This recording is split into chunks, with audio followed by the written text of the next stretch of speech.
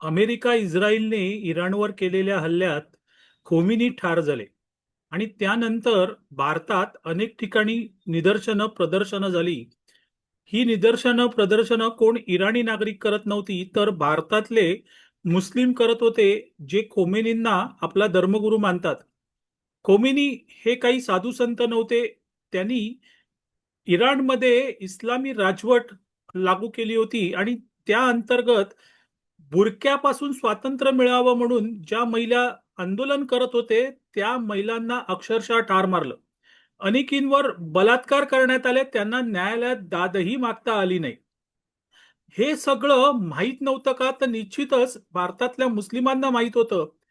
खोमिनी यांची हत्या झाल्यानंतर किंवा त्यांना ठार मारल्यानंतर इराणमध्ये लोकांनी आनंदोत्सव साजरा केला, पण भारतातले मुस्लिम मात्र छाती पिटतात. ही धोक्याची घंटा आहे मित्रांनो. कारण जर उद्या भारताने कुठल्या इस्लामी देशावर हल्ला केला आणि तिकडच्या भारताच्या विरोधात वागणाऱ्या नेत्याला किंवा भारतावर वक्रदृष्टी ठेवणाऱ्या नेत्याला ठार मारलं, तर भारतातले मुस्लिम काय करणार? भयंकर आहे ना.